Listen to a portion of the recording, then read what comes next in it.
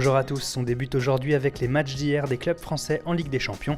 La défaite de l'OL face à Séville enchante forcément les Andalous d'Estadio Deportivo qui rendent hommage à leur tricolore, Ben Yedder buteur et Samir Nasri dont la performance est qualifiée de géniale.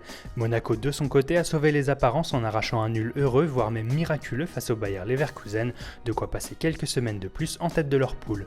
Dans le choc de la soirée, le Real Madrid a connu une nouvelle désillusion.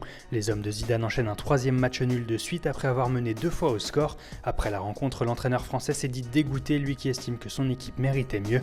La presse madrilène retient quand même la belle réaction de Cristiano Ronaldo qui a ouvert le score avant d'être décisif sur le but de Raphaël Varane. En Catalogne, on espère que la fête va continuer et que Neymar et Suarez vont faire exploser la défense du Borussia Mönchengladbach. Un objectif pas forcément aisé si l'on s'en fie aux statistiques relayées par Sport notamment.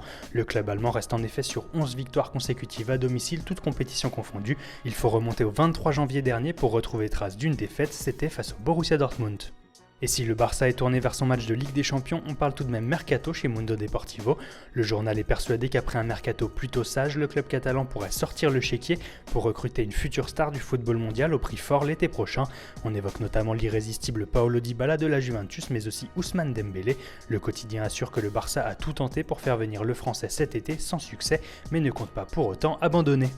En Allemagne, l'avenir de Mesut Özil fait de nouveau la une. L'Allemand négocierait avec Arsenal une prolongation de contrat jusqu'en 2020, voire même 2021.